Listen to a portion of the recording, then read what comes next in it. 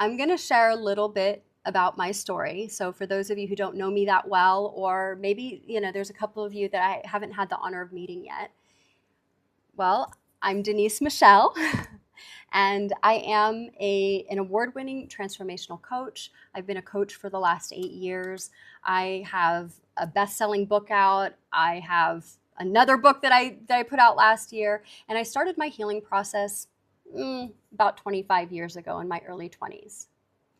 And this was before I was diagnosed with a mental illness called borderline personality disorder.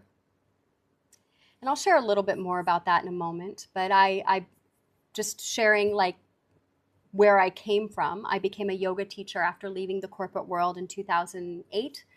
And I discovered that healing wasn't just for me, but it was something that I wanted to share with other people as they discovered themselves. I recognized that my story was somebody else's story.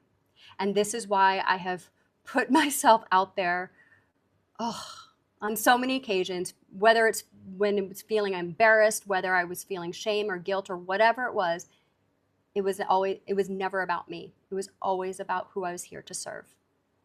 I am a former yoga studio owner in downtown Los Angeles. I had that studio for 6 years. And I had a spiritual awakening in 2013 after a surfing accident. And I've basically been obsessed with learning, with personal development, with spirituality all this time. And when I became a coach in 2018 and a hypnotherapist in 2019, this is when Self-Love Mastery was born. This is when the Self-Love Alchemist was born. And now I am here teaching my best tips and tricks and strategies for living a life that you love while eliminating your blocks and increasing love and value in the world. Now, just a little background. Going back to borderline, I was this little girl who was born with this mental illness who spent her whole life searching for love. I wanted to understand the meaning of love because I came from a very chaotic and very dysfunctional childhood. And on the outside, I looked normal, but on the inside, I had no control of what was going on in my body, mind, and soul. I was struggling. As this little girl in the middle, this 6-year-old little girl, you would never guess that this little girl was already suffering at this age. You would never guess that this little girl was being sexually abused by not her uncle, but her family friend, who was like an uncle to her. You would never guess that her spirit actually started dimming at this age. And this little girl would grow up starting to think that I'm not worth anything. By the time I was at this age, this is 11, 12 years old, I already started having suicidal thoughts. By the time I was 13, 14, I tried to commit suicide. And if you can just imagine being a child thinking, I don't deserve to live because I don't belong here, because I'm not lovable, because I'm not enough, because I'm not worthy. There's something to say for what society can do to us, right? Well, clearly I persevered, and I went through this path in healing where I have overcome some huge struggles to get to where I am today. Being born with BPD, it wreaked havoc in my life. And then in 2014, when I took off my mask, I wrote an article about what it was like to be living with BPD and how yoga saved my life. And I wrote this article because I knew that there was somebody else out there who, after my surfing accident really just ripped me open, that there was somebody else out there who was experiencing some of the same things. Maybe they had anxiety, maybe they had depression, maybe they had things going on inside them that didn't make sense.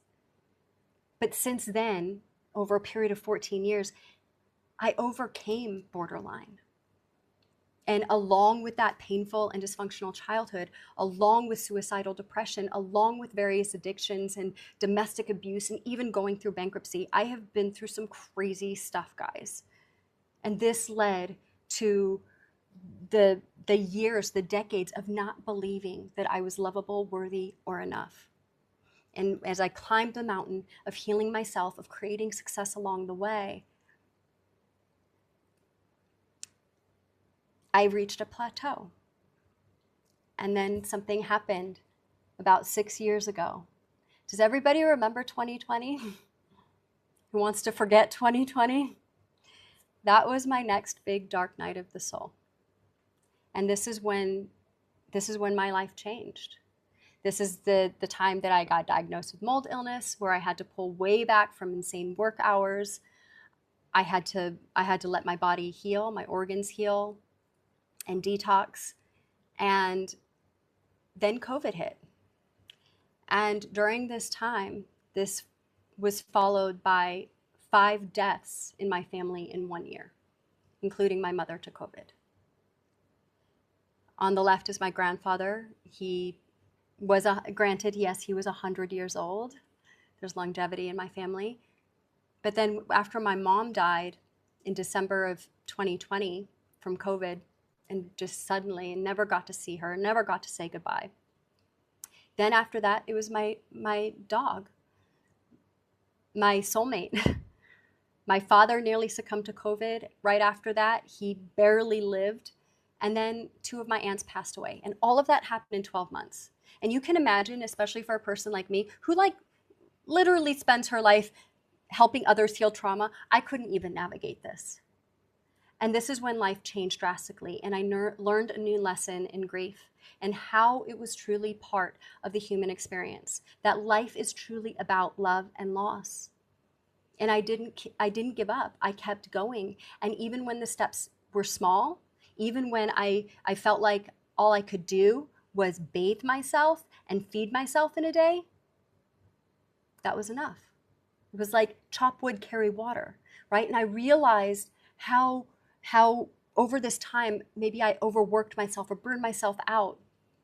And I gave myself a chance to reset. And all of this happening gave me the gift of becoming a true expert in self-love, self-care, and self-healing. Well, 2021 is when I found Tony Robbins. And I went to my first event, and I knew that he was there to help me work through the grief. And this is when I started shifting my reality. I started doing some crazy things that year, because at first it was all about the science of achievement. I was achieving lots of things, but I wasn't feeling fulfilled. And if you would have asked me at the beginning of 2022, Denise, by the end of the year, are you going to be living on a tropical island across the world and sell all your worldly possessions to do so? I'd be like, what are you talking about? But that's exactly what happened. For those of you who don't know, I live in Bali. I literally live on a tropical island. And I am living the life of my dreams, right? Because I made choices.